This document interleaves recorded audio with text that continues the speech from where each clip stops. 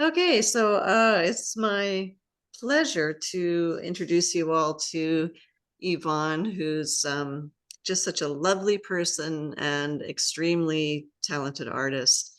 I had the great fortune of being mentored by Yvonne for the better part of a year, not too long ago.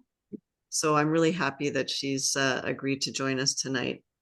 I'm just going to read a short biography that she sent me. Yvonne Reddick's inspiration and subject matter are vast, from glowing landscapes to intimate still life and delicate florals, to the exquisiteness of the human figure and more. Initially inspired to paint while spending time traveling in Italy, Yvonne was stirred deeply by the beauty of the old world paintings and sculptures, particularly those from the Renaissance and Baroque periods. Accepting an invitation from renowned Canadian artist David Langevin, Yvonne spent several years studying under him in the master-apprentice tradition. She has been working full-time at her craft since 2007, when she was invited to be represented by some of the fine art galleries in Canada. She continues to study and apply the techniques of the European old masters, such as Michelangelo, Caravaggio, Rembrandt, Titian, and Vermeer. Yvonne grew up in beautiful pastoral Prince Edward County on the north shore of Lake Ontario, and for most of her adult life has lived in the mountainous interior of British Columbia. She credits both of these stunning and romantic places with having a strong influence on her creativity. Reddick's walk-in studio, where she creates her paintings, is in the heart of downtown Kamloops, British Columbia. As a leading art educator in this area, Yvonne is honored to share knowledge, skills, and techniques with a range of artists from beginner to professional. She teaches and mentors artists in person as well as globally through virtual platforms. So welcome, Yvonne. And I'm also going to put in the chat a link to Yvonne's website so everybody can grab it from there if they wish. Thanks, Vanessa. Nice to see everybody. Not everyone is on my screen. I have to scroll through. What a great group. Hi. Aw, lovely to see everybody. So yeah, I just pinch myself every day that I was fortunate enough to learn that in the old master apprentice tradition. And it's an amazing way to learn. And so I was able to learn the layering techniques of the old masters, as Vanessa just mentioned. And as you know, the old masters, very different ones of the old masters would start with a monochromatic underpainting, which they called a grisaille, French for gray, and then different ways to riff on that. And then they would layer over those underpaintings with color, glazes, veils, and build up all the depth and the richness. And it's an amazing way to make your paintings glow, the layering techniques. There's so many amazing techniques for painting, and this is just one that's wonderful to put in your toolbox.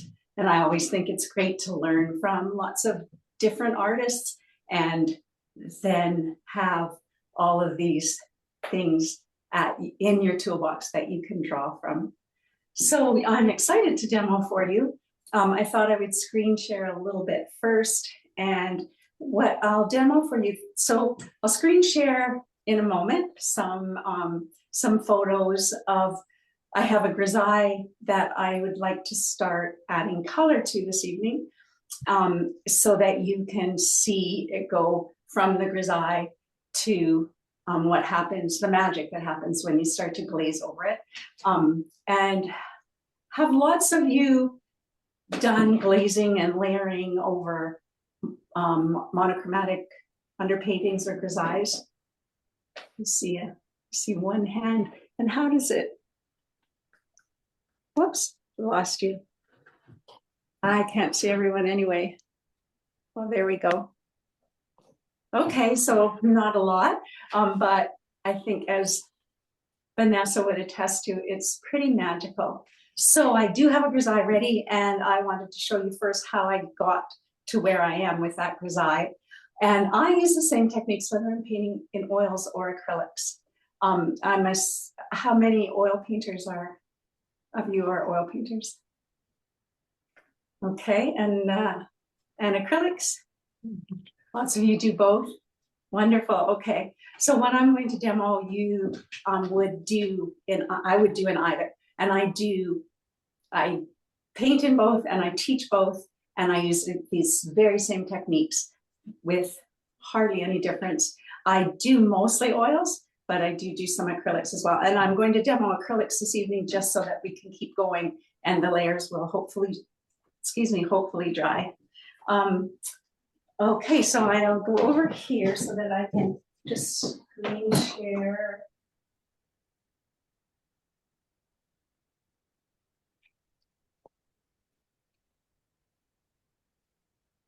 Okay, so I started out with my canvas. Can everyone see that okay? Yeah. Yeah, okay.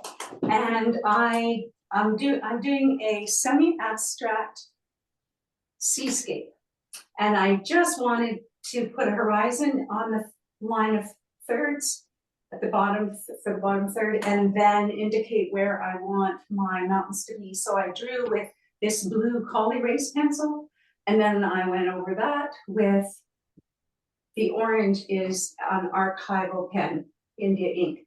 And then I went over all of the drawing with the India ink archivally sound pen so that the pencil would dissolve into the glaze that I'm about to apply. So this will, once this is dry, it will stay put, and then I erase all of the blue. And I like to use the blue Collie Race just because it's easier to erase from gesso than graphite. And then I mix up a grayscale. So I've put out white. I like to use titanium white. Mars Black is a single pigment black. And I divide my pile of white into, I usually do 5 or so. So I divided my pile into 5. And if I'm using oils back here, I would have added just a few drops of medium. And I'll show you my mediums of choice after the screen shared. With acrylics, so I would have mixed that up with oils, with the white, and then divided it into my piles, so the medium's already there. With acrylics, I tend to not even need medium at this point. And then I mix up the grayscale with the tiniest bit of black to get the light gray, like a speck on the end of your palette knife, kind of tiny enough. And I do about 5 grayscales, and it looks darker in the photo than they are in real life. I would go up maybe up to 8 on a scale of 1 to 10. I don't want to go darker than that, and I'll talk a little bit more about why. And this is a transparent single pigment that happens to be orange, and I'm mixing it with this medium, which I'll show you in a moment. It's from Winsor & Newton. And this is GAC. So a couple of different mediums. If there were oils, this would be about 40% of my medium, 60% of the pigment. Mix up the glaze, and then I painted the glaze over the whole canvas, and then I worked the grayscale with a palette knife. So I loaded the edge of my palette knife and worked in my brightest areas, and then the lightest gray, and so on until I got to the deepest grays. And again, the photo looks darker than the painting in real life. So if the darkest darks are too dark, when I glaze over with color, the color will get swallowed up and won't show enough. And also, as I layer each color, the painting becomes darker. So my sort of philosophy is to go maybe a half as dark as I want to go in the end. Yvonne? Yeah. I just noticed that one of our members has raised their hand. Wendy, do you want questions as we go along, or would you like people to hold questions? What would you like to do? Oh, that's a great question. We can do questions as we go along. Great. So if anybody has a question, if you just like to, turn your mic back on and at the next pause in breath, go ahead and ask your question. So Wendy, did you have a question? Yeah, it's a quick one. Your orange glaze, do you let that dry before you work your grisaille in, or do you work your grisaille into the wet glaze? That's a great question. So I'm working wet into wet. And I'm glad you asked that. There's so much I want to give you, and it's I'm going and forgetting some of those details, and I can tell as I'm talking. And even though I've been teaching for years and my background is in education, but I'm always nervous when I'm teaching adults still. So yes, I work wet into wet, and I hope to pick up some of the tonal variations. So the oils, of course, will do that more because that glaze will stay very wet.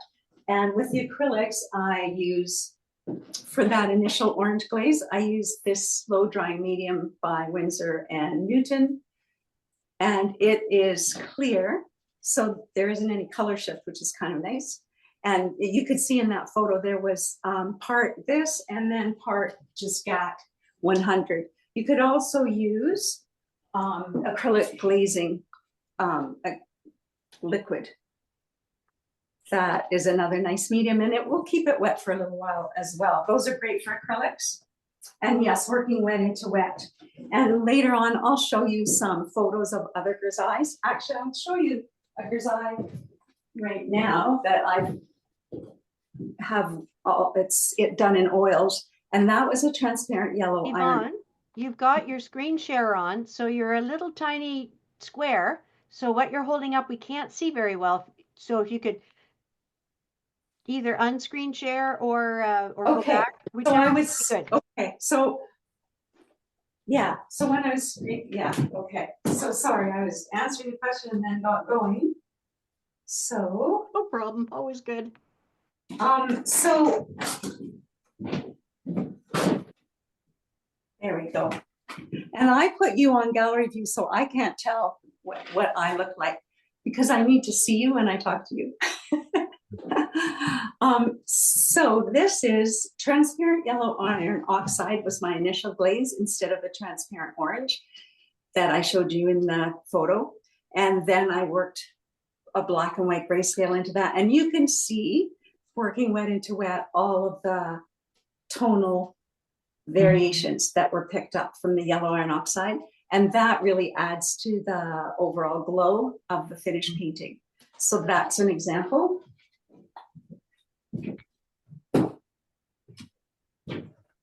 Okay, so let's see.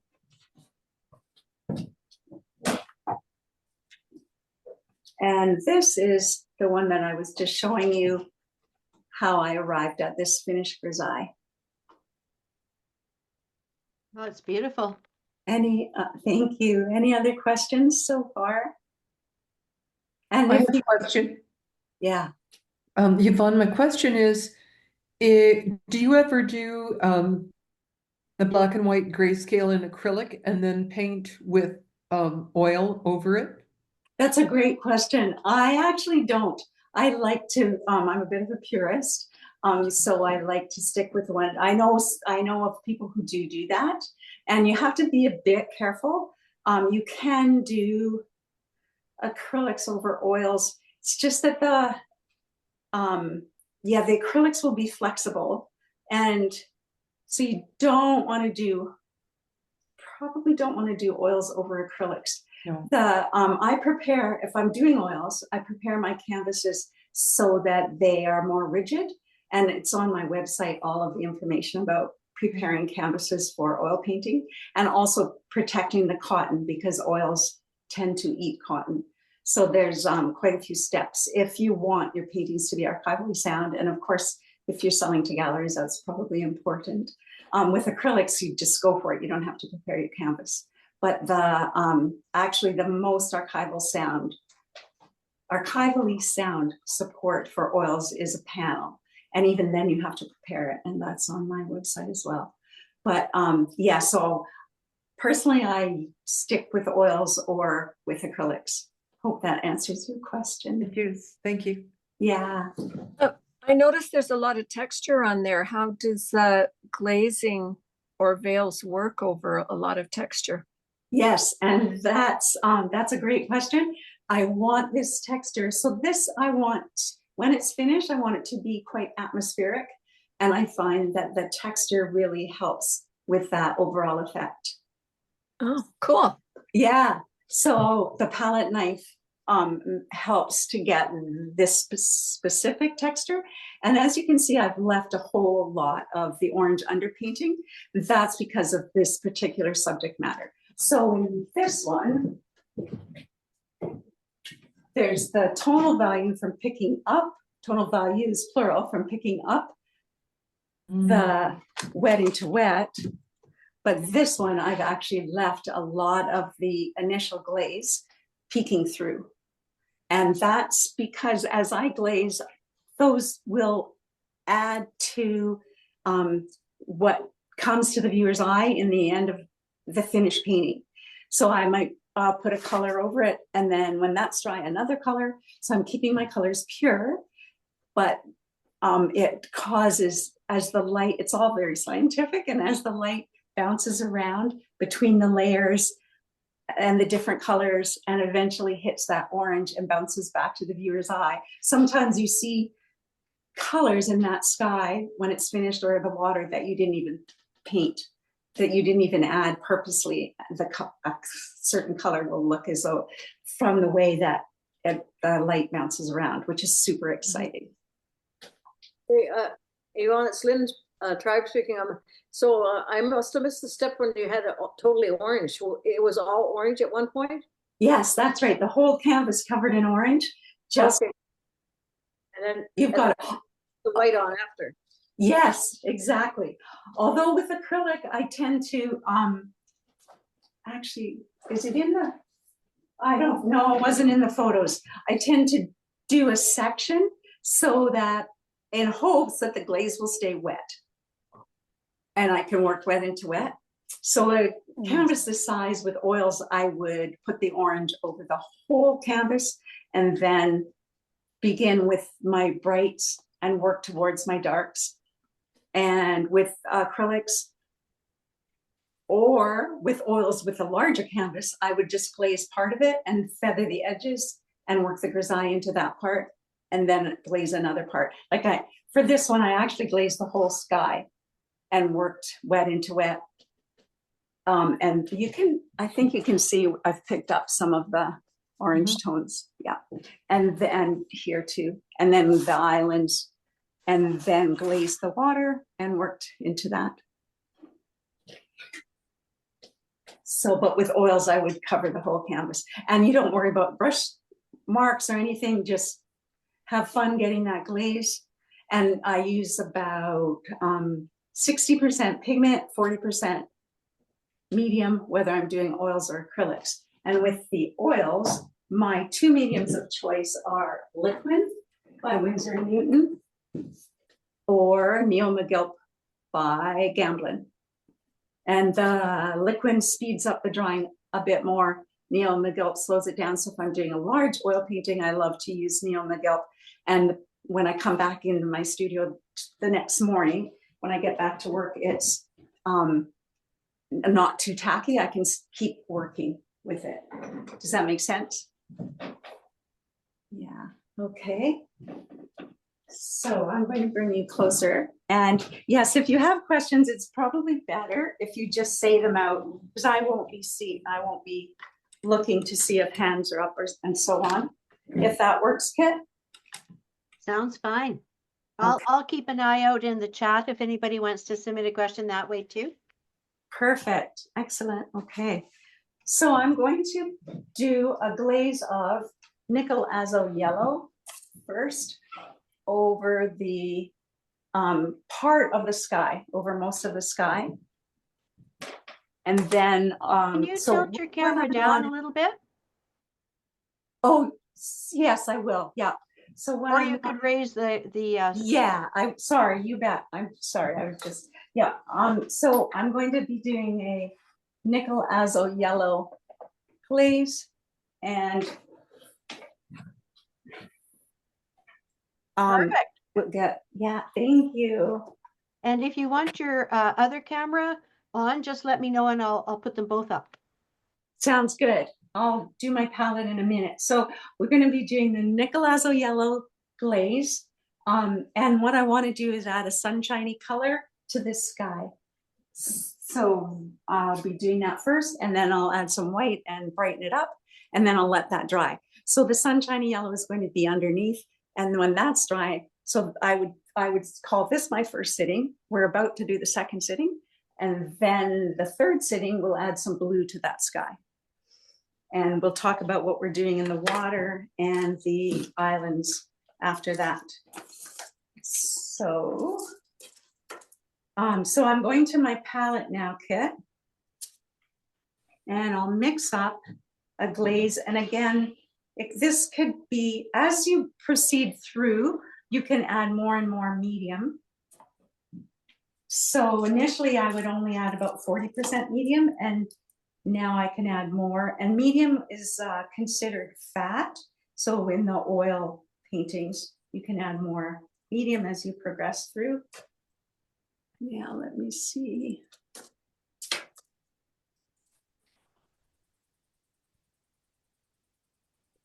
It's like a mirror image that right? I'm looking to see, I marked it off, but of course my camera moved to see where I'm at. Yeah, that's not gonna work. I just want to make sure I'm on camera. There we go. Yeah, here you go. There we go. And I'm going to use, I have huge gallon jugs of GAC 100. So I tend to use it as one of my mediums. You can add a little bit of the, I'm going to add a little bit of the slow dry medium as well. Is that like a retarder, Yvonne? It's more than a retarder. I find, yeah, it slows it down more. Oh, okay. And also the retarder, you can only add up to about 1/15. Yeah. And this you can add as much as you want, actually. So it's more forgiving in that way. I don't have quite enough paint out. So with acrylics, is it better to use GAC versus like a gloss medium, for example? No, the gloss mediums are fabulous. I love to use this acrylic glazing liquid, and I like the gloss in that. And there, of course, you could do semi-gloss. They would keep the glaze wet longer than the GAC. Okay. Yeah. So I use either the glazing liquid or the slow drying medium. They're pretty, I find, fairly close in how long they keep it wet. And I'm wanting it to not stay wet too long tonight so that we can get to the third sitting. Just for fun, to show the whole progress. And this, I don't know, do you find some colors are harder to mix into the glaze than others? It's just... Do you ever use the fluid acrylics? I actually don't. I was just thinking the other day, I need to start doing that. They were not a big thing back when I was being mentored. David didn't even use them, and he does now. And now that I'm painting in acrylics more than I used to, it's time I'm going to try those out. But they would be fabulous for these techniques.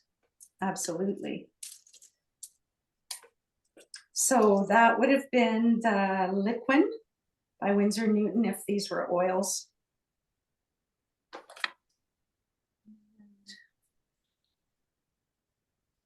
Sure, I clean my palette really well, my knife. Okay. And now, and I actually usually I'm going to use the slow drying one. The reason I vary between these two is that this one is clear and they're so you don't get the same color shift as of course, with the glazing liquid, when it dries, I just like to keep a little bit of extra medium to dip my brush in. With the glazing liquid being white and it dries clear, then the paint will be a lighter color. So now I'm going to make sure I'm close enough for you to see, and I will put that up.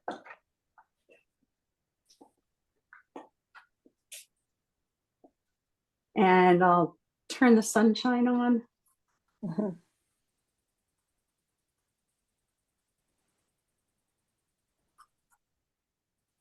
And I'm Are you able to just focus on her easel right now? Oh, and you're muted. Yeah, I can do that. So it's Perfect. bigger. Mm. Yeah.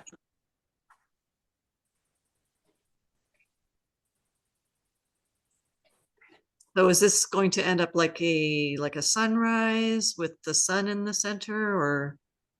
I'll show you in a sec what it's going to show you a finished one. Yeah, so yes, you could see the brightest area is where the brightest part of the sun. And I'm not taking the yellow all the way out to the deepest areas. I'll leave those with just the gray. Mhm. So you can see that the orange that's peeking through is already changing a bit. And it's about to change even more. And I purposely left, I don't really want to go on those background mountains. I purposely left quite a bit of the underpainting along the sky just before the mountains.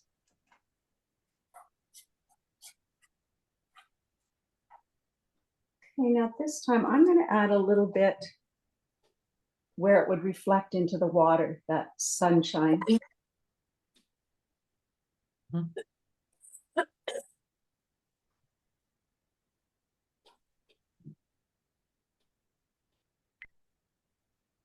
There we go. Okay.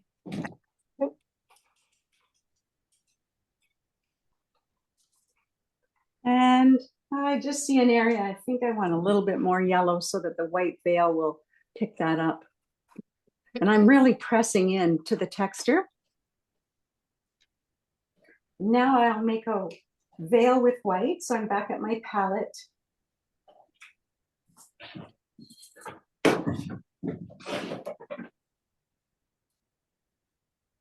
There we go.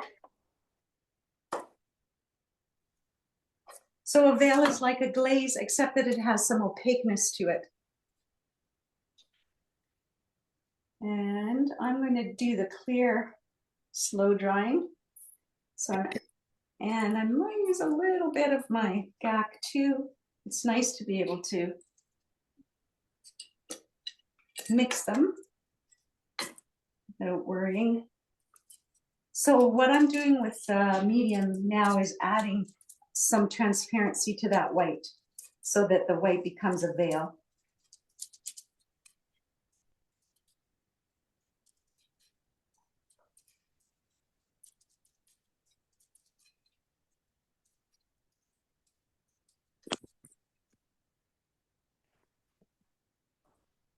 So,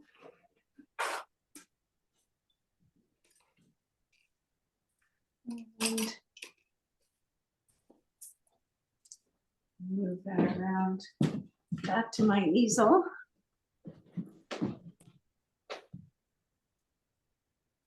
You able to see the easel okay? Yeah. And I'm, oh, perfect. Picking up. But you can see that the white veil is picking up the yellow, and it has more opaqueness to it. So it's starting to cover some of the orange that's peeking through. So, Yvonne, in real life, like if non-demo, would you let the first glaze dry before you applied this veil, or would you try to work it No. wet into wet? Yeah, wet into wet. Yeah, and so the part of the magic of this whole technique is using single pigment paints because of to add to the glow. And you can certainly make stunning, beautiful paintings mixing pigments.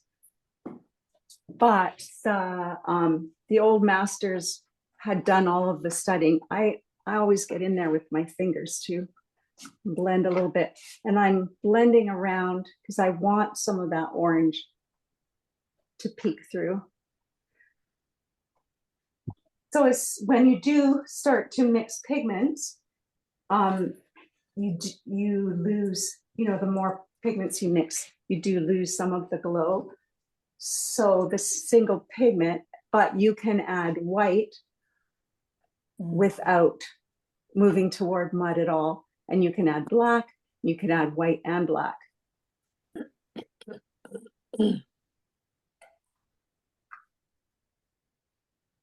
So the orange underneath is softening.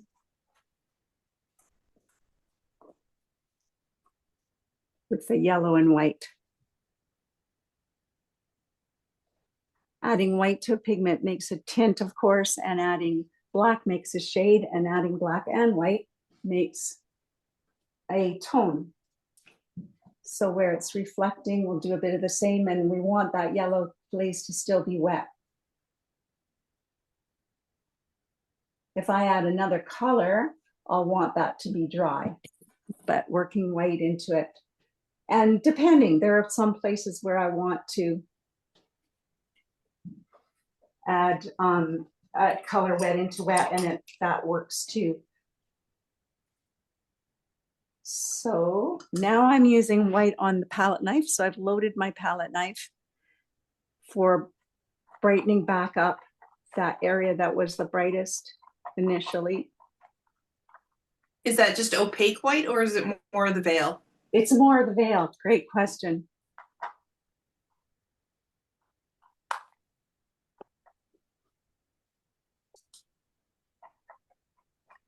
And even with a knife, you can kind of blend a little bit.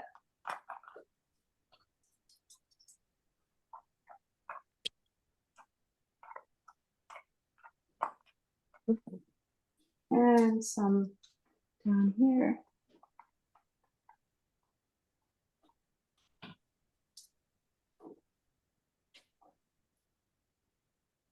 I notice you moving your palette knife more horizontally in the water. Is that to try and mimic waves, or? That's right. Yes, exactly.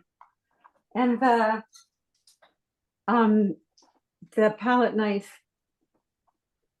strokes that I did in the water, of course, further back, there's less texture and less of the orange peeking through, and smaller texture.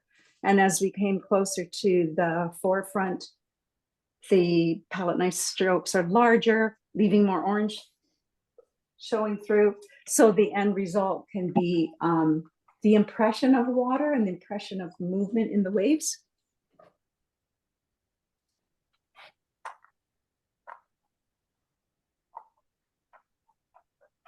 Hopefully that's still wet enough to blend it around a little bit.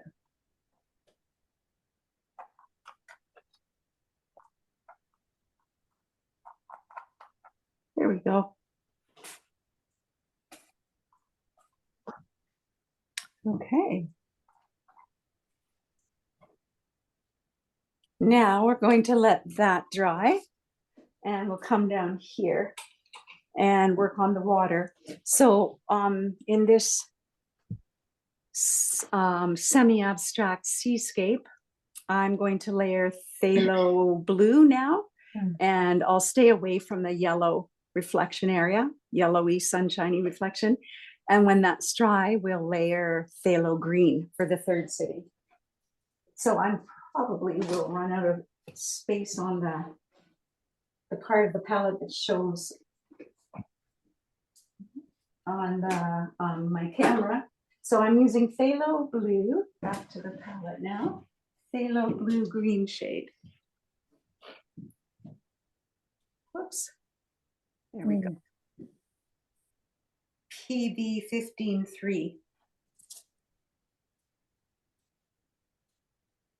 And you don't need very much of it. That might not be enough, but the phthalo, as you know, phthalo blue. Oh, it looks like it's not even on the screen.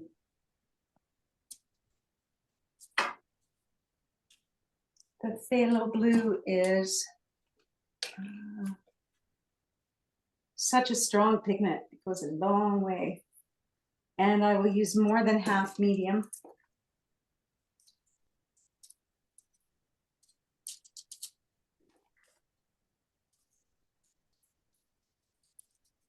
Lots more than half. I don't want to use too much of the slow drying because I want it to dry enough to keep going.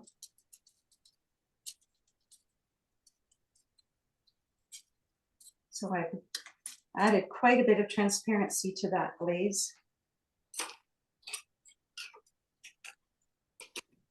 And we'll see as soon as I put it on that grisaille, we'll know whether it's too strong or not. Okay, and back over to my easel.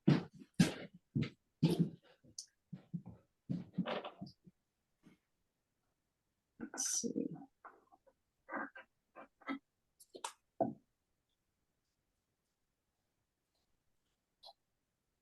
I'm really spreading that glaze around.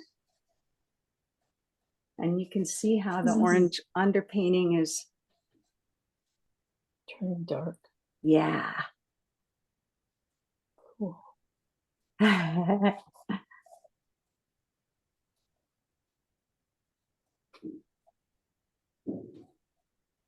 Now I'm going to come up to the edges. It's going to get nice and green in there.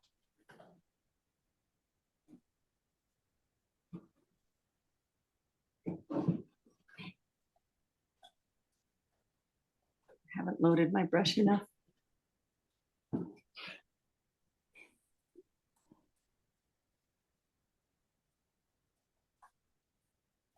I'm really pressing in again into that texture with my glaze.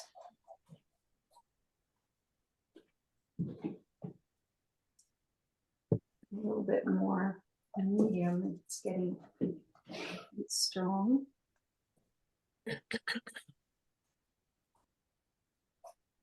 I want to come right up to where the islands meet the water.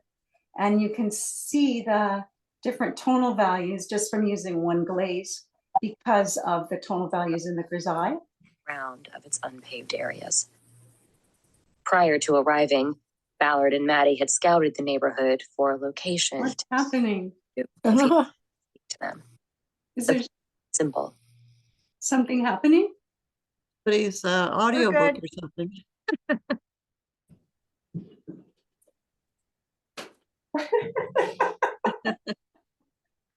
I just had to mute a few people. Someone was telling a story. Oh, that was great. Oh.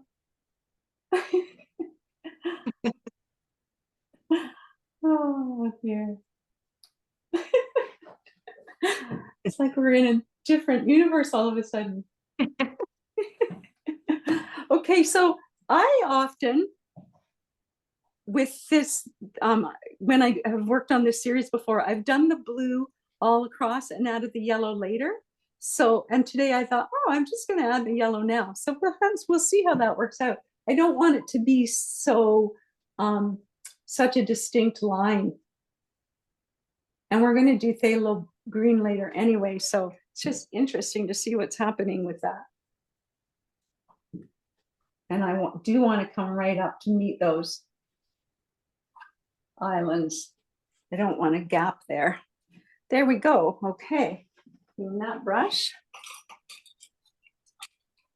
Now we're going to add cobalt blue once this yellow is dry.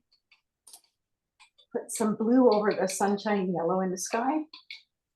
And so cobalt blue I find is a nice choice to also use over these islands. Okay, so I have way too much phthalo blue mixed up. I felt like I was only putting out the tiniest little dab. Goes a long way. So the cobalt blue is probably, I don't know whether there's, if I can, let's see if I can move my camera.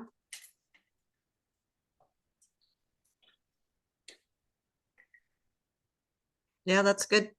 Okay. And the cobalt blue is semi-opaque, of course. So I'm going to add medium, and that will make it a veil. It's not a glaze because it isn't transparent. So again, I'll add a bit of the slow drying and then some of it, my GAC, just because I don't want it to dry too slowly. But I want it transparent enough that the grayscale shows through. So you want the grisaille to work for you. It's a foundation and almost a map.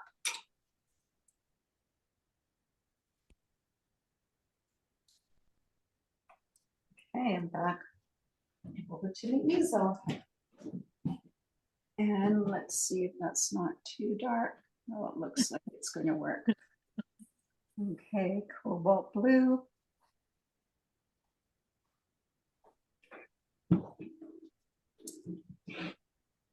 Okay, we've managed to get lots of transparency. That's good.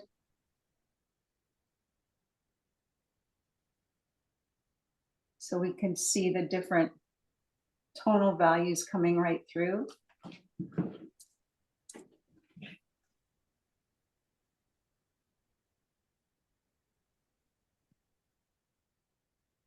That yellow that the nickel azo yellow glaze, you could glaze right over the islands with the yellow, and then when you put the blue on, they would look quite green.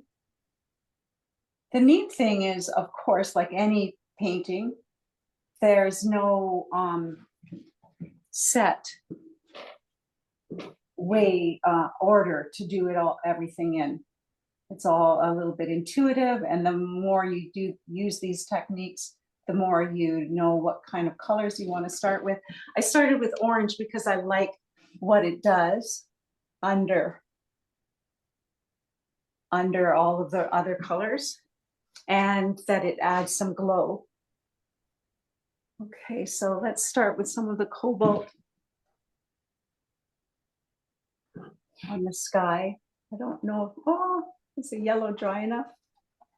Out here, yeah, that yellow is pretty nice and dry. Once I get into that white, it's not dry enough though. So we'll start out here with the cobalt blue. And this series I did of, I was calling them seascapes, and the galleries were calling them, which I kind of like, dreamscapes. And they were very inspired by, I was actually waking up in the middle of the night composing them and realized that they're very inspired by Turner's work. He, you know, he did those amazing atmospheric ocean scenes. Now he would have a ship in the water somewhere. So we're going to get a bit of green happening there. So now I'm going to add a little bit of white to the cobalt blue veil. And a little bit more medium, adding some transparency.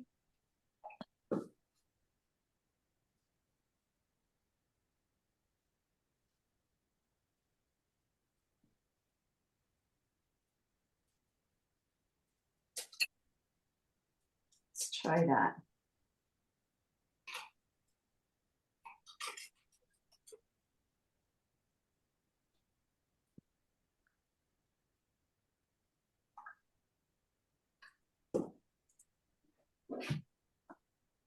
There we go.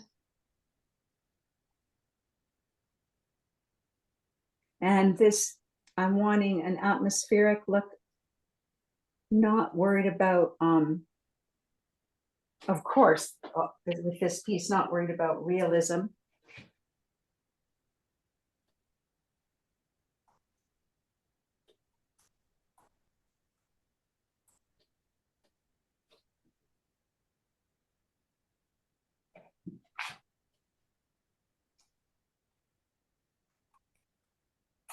And Turner had, he loved to juxtapose warms and cool colors, warm colors and cool colors, and very atmospheric, and the deeper kind of rounded corners.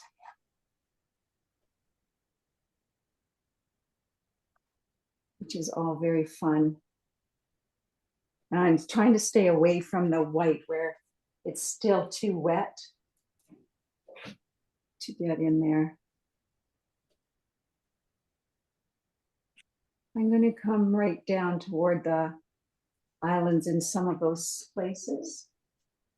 Ooh, I dipped my brush into more blue.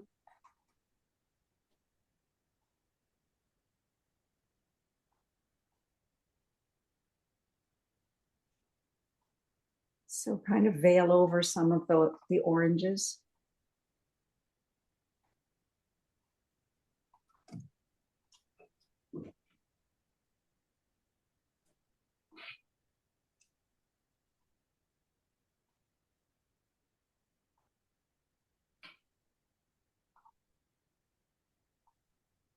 And softening those edges with the mountains a little bit now.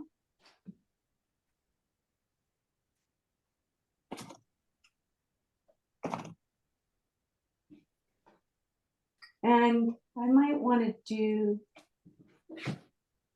some more of the blue there. So it covers some of that orange. I don't want the orange too obvious as orange, if that makes sense. Sometimes it starts to look purpley, which is very cool.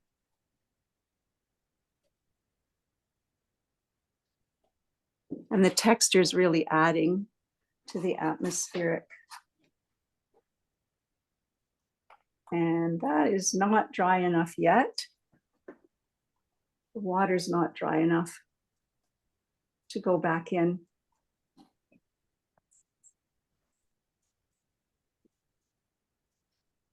And I'm going to show you, while it's drying, I'll show you a finished one from this series.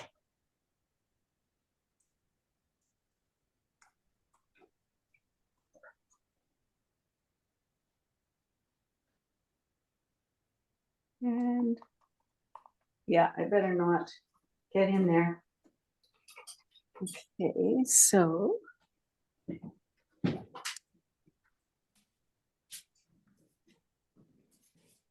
there's a.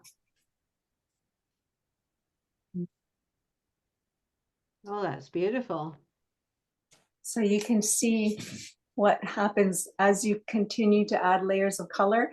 And I think the camera's hitting okay that you can see the orange underneath glowing through. Yeah. Yes, you can. And I love the purpley tones in the outer edges.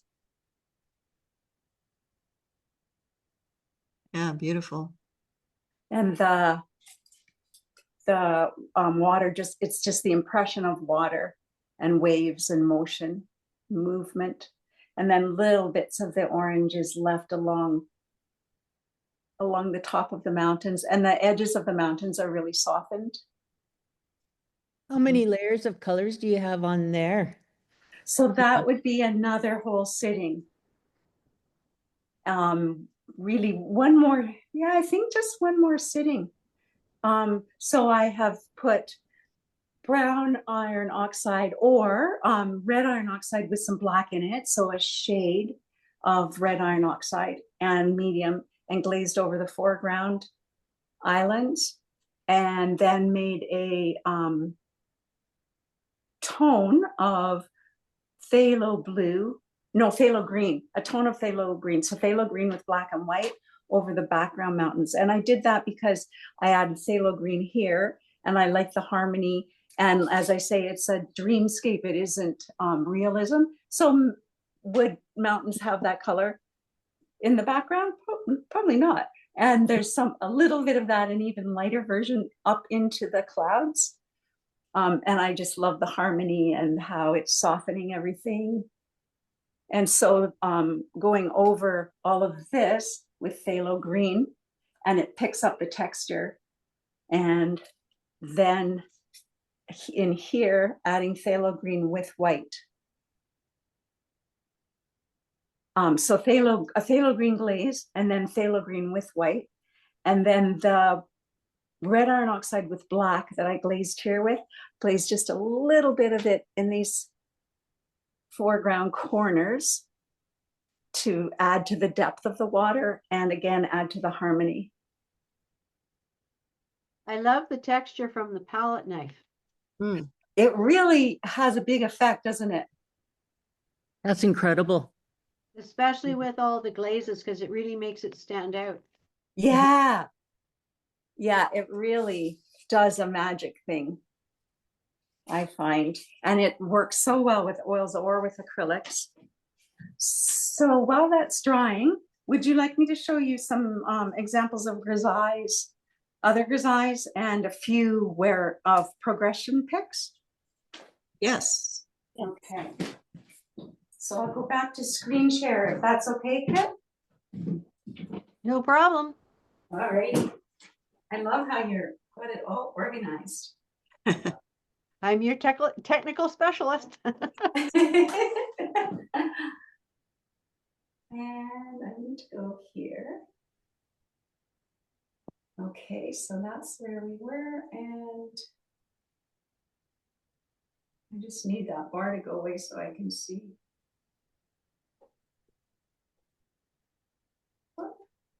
That's good, because eyes.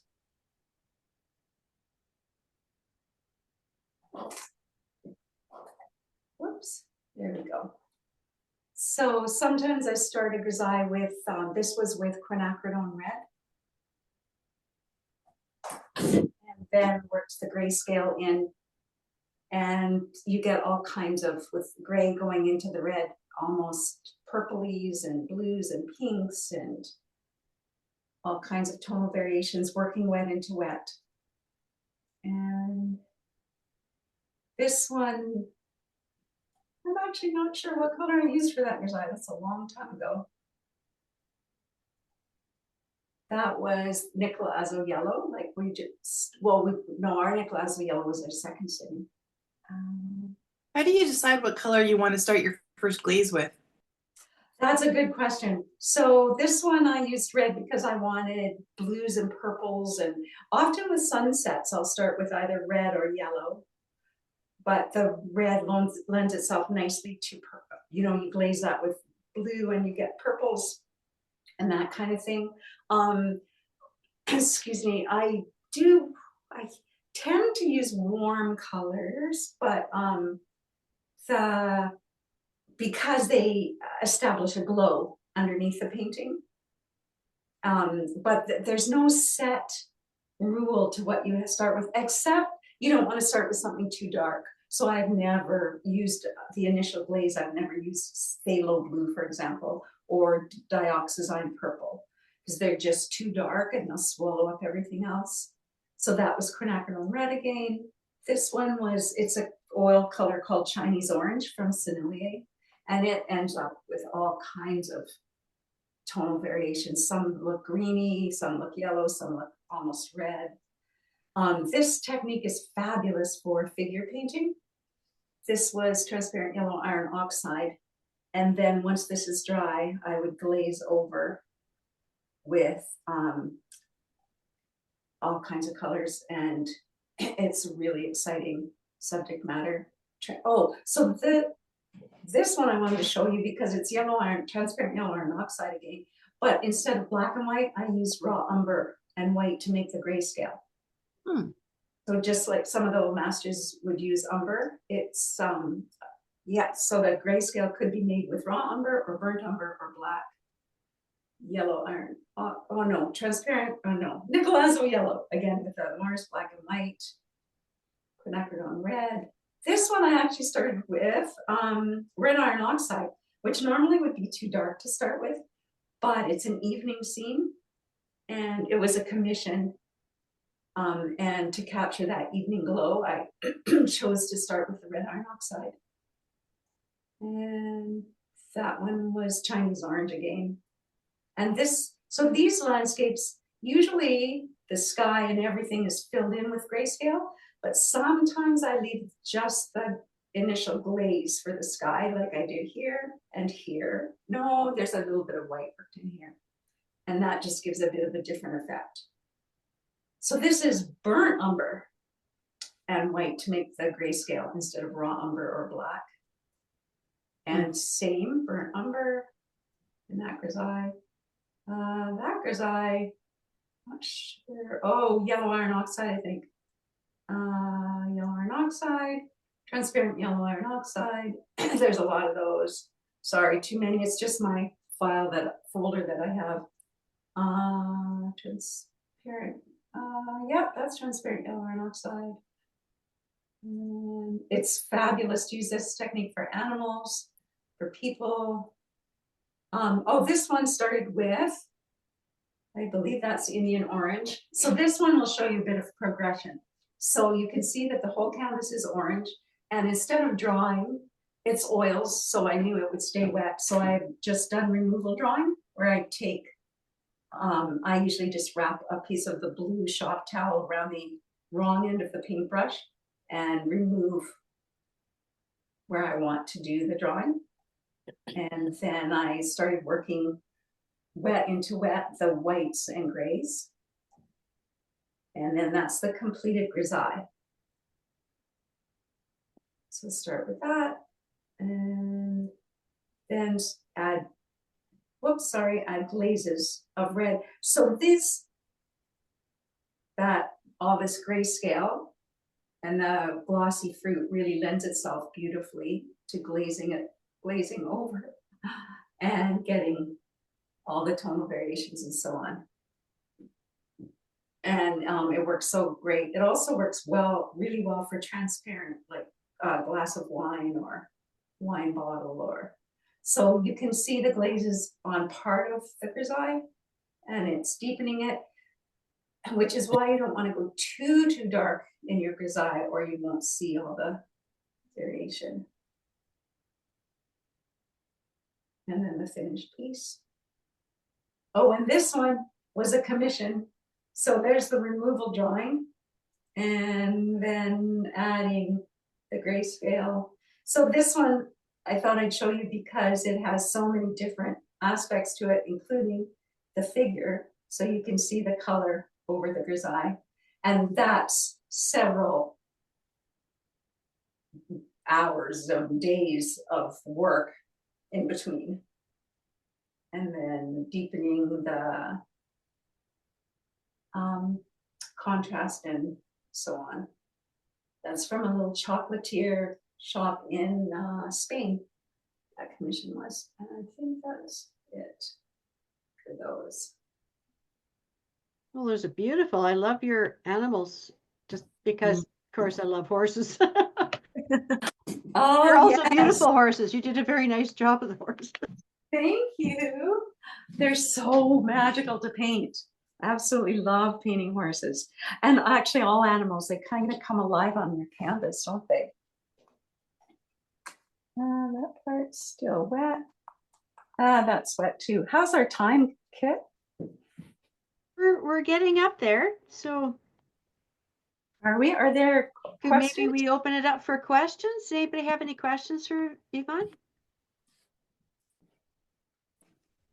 I was just going to point out for any of the acrylic painters who might not have tried doing glazing and whatnot, that this method allows you to use really good paints, but which can be expensive, but because then you're spending more money on the pigments, but then when you're using the mediums, which aren't as expensive, you can really make your pigments go a long way. Right. All that medium and stuff is a great extenders. for Yeah, pigments. exactly. So when you're doing oil, Mhm. that's not single pigment, say, and you want to do the glaze, can you just thin it with a medium? Yeah, so those glazes that I mixed up this evening, if they were oils, I do exactly the same. So this is actually an oil painting, and I'm just doing it in acrylics for the demo. So I used liquid, and those were all single pigments. So I used the Nicolazzo yellow and the each Blue. they were all, yeah, and they Cobalt. were all single pigments, and single pigments just really add to the glow. So yes, so I mix them with liquid or the Neoma Gilk by Gamblin, either of those two. So you're adding to the transparency. So what you want in a glaze is for it to be like a stained glass window where the light shines through the color. Okay. Yeah. Yeah, and the initial glaze on the canvas was about 60% pigment and only 40 of the medium.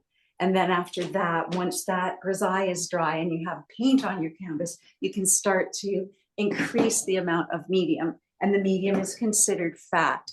So for oils, of course, you're following the fat over lean. Could you use the for oil, that gel medium? I forget what brand it is. It comes in a blue Yes. tube. Can you use that? Okay. Yeah. Awesome. Yeah. I just find the liquid has such a strong smell, it bothers me. It's true. The Neoma Gilk has less smell, but if you have that gel and it's working well for you, absolutely. Okay. Yes, the liquid does have a bit of an odor. Mm-hmm. Yeah. Thank you.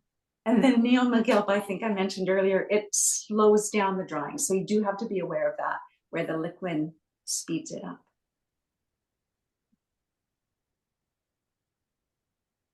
Other questions? So this technique would take quite some time with oil. You would be waiting. Yes, so you want a few paintings on the go. Yeah. I used to always have 8 paintings on the go. And move around. So while a layer on this painting dries, I can work on that painting and so on.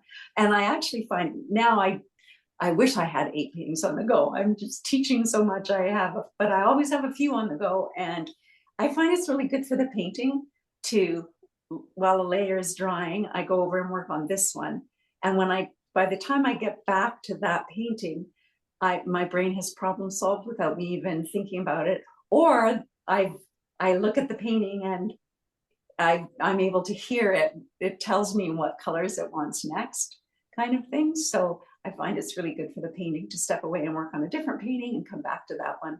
As long as it's not too long, you don't want to lose your vision. Yvonne, are the paintings behind you and on the wall in oil or acrylic? Those behind me are oils. Those are foils. Yeah. So with this particular oil one that you have on the easel, it's got a lot of texture. Now, is that texture in oil as well? And are you letting that part dry first before you go back in? That's right. Okay. Yeah. So just the same, I did the grisaille with a palette knife and established some texture, and then let that dry, and then began to add layers over it. So how long does it take to dry that thick layers of oil paint? That's a great question. Usually, so I've been painting full-time since 2007, and a week, no problem. Mm-hmm. Okay. Until this year in Kamloops. And I don't know, last year this time we were just coming out of a drought, but we have had tons of humidity, and I always want some humidity around here, but my oils are drying much more slowly. It's it's really interesting difference. Wow. So I'm needing to allow longer than a week if there's a decent amount of texture. Okay, great. Yeah, great questions. And I did have an acrylic painting, but it's sold for a Christmas gift. My most recent acrylic painting, it was snow-laden trees from the ski hill here. And yeah, and I'm just, yeah, but it's hard to tell the difference really. I know some of my students come in and say, it looks like an oil painting, but in fact, it was acrylic. So, other questions? And I think you could see from the grisailles, which is why I wanted to show you a bunch of them, that it's such a great technique for all the different genres, whatever genre you're wanting to paint. Absolutely. Hi, Yvonne. Hi. I changed some of my paints. I was working with the Hi, Yvonne. Hi. I was working with the Graham paints. Yeah. And I thought, oh, I'll try a different brand. So I bought some of the Rembrandt paints. And I find they take so much longer to dry. Oh, interesting. Yeah, I got a big tube of the white, and oh my gosh, it's taking forever for that white to dry. Really? I'm just gonna look at one of I'm not gonna buy the Rembrandt white again. Elaine, I just was gonna go and look at one of my Rembrandts to see, do you know what oil they're using for the base? I don't. I should look that up. Look on your tube. Okay, do you want me to go get it? Yeah, it might say. It'd be interesting to know, because traditionally, as everyone knows, the oil paints were made with linseed oil, and a lot of great companies still do use linseed, and some companies now, for example, the M. Graham that Elaine mentioned, they're using walnut oil, and it would tend to yellow less than linseed would yellow over time, and has way less odor. So the M. Grahams are fabulous if you have an odor sensitivity, but you want to paint in oils. And this just a walnut oil, it's beautiful to work with. The Sennelier that I mentioned from France, they use sunflower or sunflower/safflower oil. Elaine, this is safflower. Oh, is it safflower? Safflower. Interesting. So do you think that takes longer than the walnut? I think so. It must be. Yeah, that's really interesting. Although the Sennelier Chinese orange I use a fair bit doesn't take longer. No. I don't think but so. it's quite transparent, whereas this is opaque. Yes, true. The opaque white, I find that's always my slowest drying part of the painting is the opaque white. Yeah. Yeah. And it's probably not, because in the M. Graham you were using titanium rapid dry. I was just using regular, not rapid. Okay. The M. Graham makes in the oils, they make the rapid dry titanium white, fast dry formula. So that's pretty great. Elaine, it's so nice to see you. Nice to see you too, Yvonne. Yeah, so, and you can always see when we're talking about single pigment, the back of the tube will have, wait, just trying to, which one is a good way to show you? Well, this one is on the front. P for pigment, O for orange, and then 71. So that's just one pigment. If it's, say, maybe it was a green that had had maybe a yellow and a blue in it, it would be PY and a number for the yellow, and PBL for the blue with another number. So that's how you tell whether it's single pigment or not. And the light fastness is important as well, and it will show you. So the light fastness in, usually you want, it's like golf, you want low numbers. So light fastness of 1 is great, but the European brands, it's the opposite. You want high numbers in the European brands. As long as I didn't get that backwards, that would really confuse you. That's right. In North American brands, you'd want a 1 or a 2 for the light fastness. Yes, like golf, right? Low numbers. Yeah, thank you, Kit. Yeah, so good. I was worried I had it reversed. And then the European ones, the four is good. And that's so that the color doesn't fade over time with especially with UV rays. And Great. Any other questions or? Kit, is this a recording that I would be able to look at? It is. I will send you an email. So later this week, I'll get this converted and put on our chapter's YouTube channel. And I'll send everybody a link and I'll send it to you as well, Yvonne, so you can refer people to it. Anybody can access it. Oh, okay. Thank you. That's great. I just want to say how this was a really lovely demonstration tonight. I really liked it. Oh, thank you. That's so nice to hear, Michelle. I agree. It was great. Thank you very much. Oh, that's lovely to hear. Thank you. Oh, thanks, you guys. So that's so nice. Little emojis and thumbs up and oh. Oh. I hope we get to see the finished painting. Yeah. Well, this is basically the finished painting. That's right. That's what we're working for. It's beautiful. It's got such a lovely soft atmosphere to it. Yeah, that's what I wanted, that really, yes, atmospheric kind of look. It's far away, isn't it, in that little, yeah. Well, if you go to the link that I gave you of Yvonne's website, she does have a whole section in there of her dreamscapes, and they're so beautiful. And you see them, you know, in your computer browser, right? It's a little bit more crisp focus and everything, and you can get a really good idea of how these look. They're just so amazing.